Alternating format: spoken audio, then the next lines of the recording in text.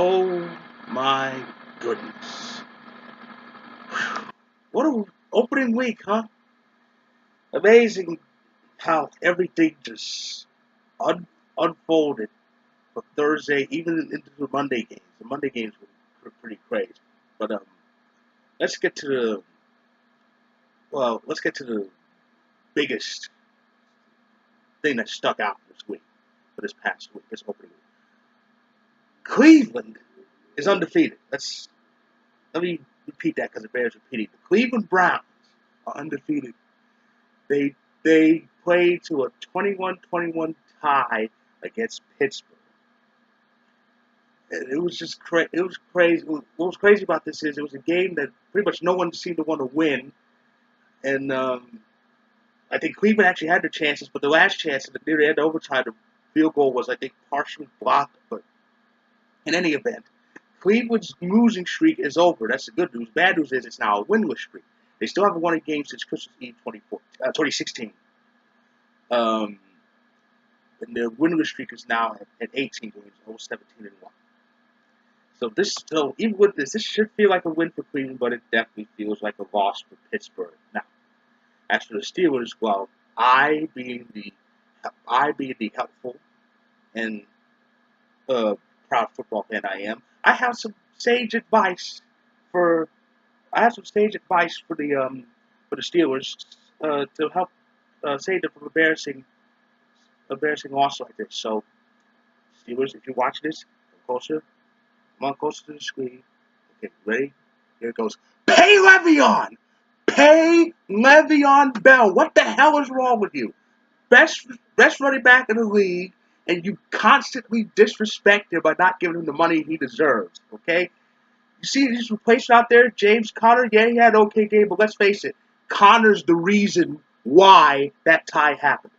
If Conner fumbled that ball, and that led to the game-tying touchdown for Cleveland, Le'Veon never fumbles.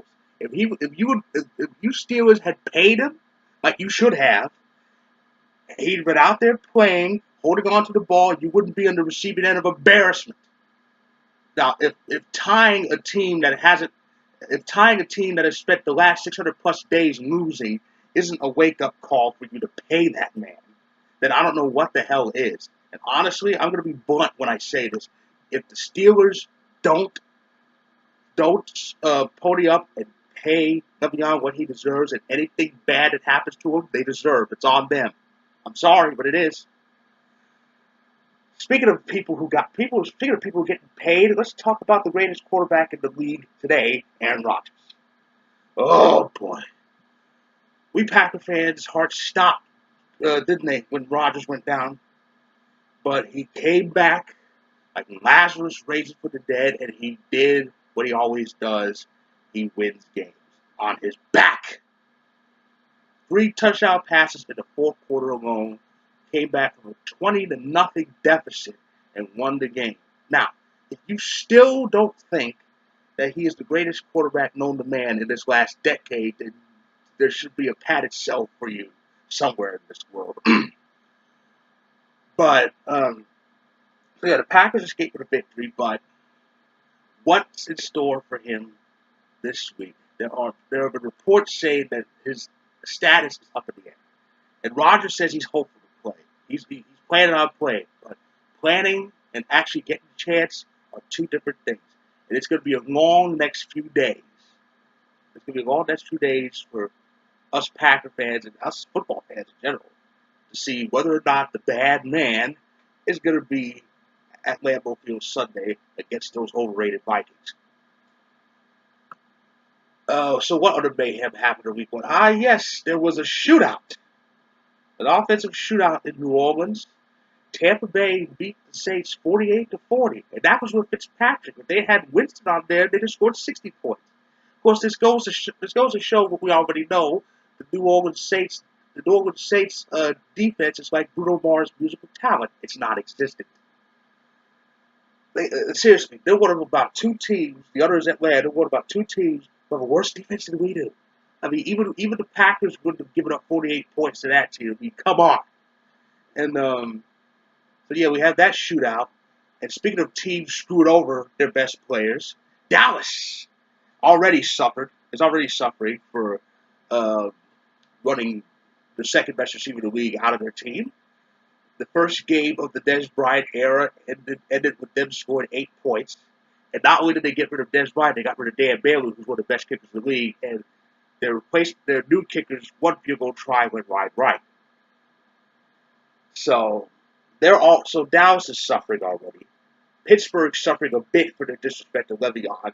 Strangely enough, Kansas City won their first game in the post Alex Smith era, but mark my words, they're going to go down too. Alex Smith wants the franchise. Instead of firing their incompetent coach, they get rid of their good quarterback. But it's okay. He's doing well in Washington. He's unbeaten. He's unbeaten too, just like the Browns. But and the insanity continued. The insanity continued on Monday. The Jets. Sam Darnold made his NFL debut, and at the start, it was starting out to be a bad one, as his first pass was a pick six. Now, don't get me wrong; he's not the first quarterback to do that, to throw a pick six in his first career pass. Even Brett Favre did it. So there's not that much shame there. But that pick six would turn out to be the only mistake he really made. And the Jets, oh my goodness, the Jets just poured it on the Lions, especially the second half, because the Lions scored first with that pick six, and they trailed at halftime, but they tied it up at the first possession of the second half. That would be the last time they would get any points, because thanks to countless mistakes by Stafford and good running plays and bad tackling on special teams, the Jets rolled over, just ran them down Detroit. They outscored since Detroit tied the game. They went on to outscore Detroit 31-0.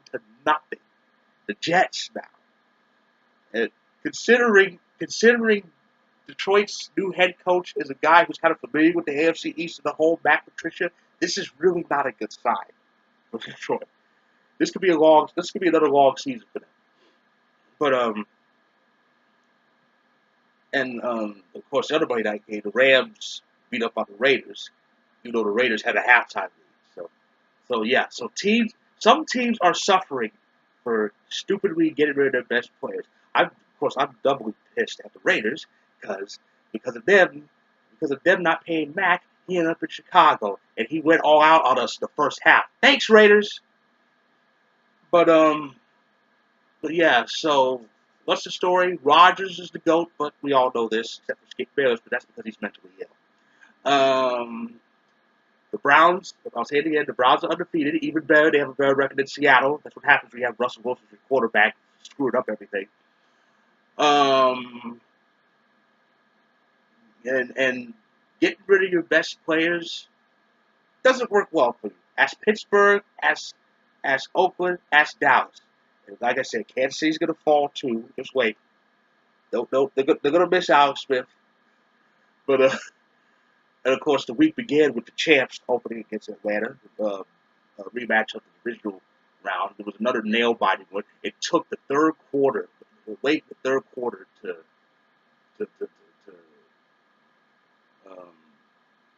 get a touchdown this season. But it was insane. But